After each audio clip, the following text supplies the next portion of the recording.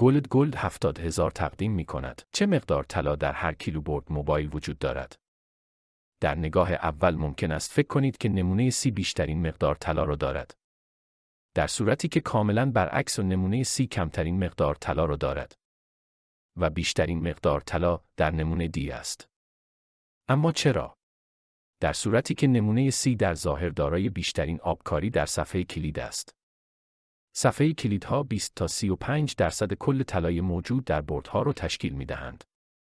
IC چیپ‌ها تقریباً 5% از وزن بردهای موبایل را شامل می شوند، در حالی که بیش از 60% طلای برد موبایل را داراست که بسته به نوع بردها این رقم متفاوت است.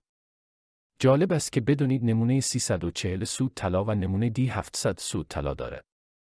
تا الان باید متوجه شده باشید خیلی از بردهایی که در بازار و یا پیج‌ها با نام اصلی به شما فروخته میشن اصلاً برد اصلی نیستند.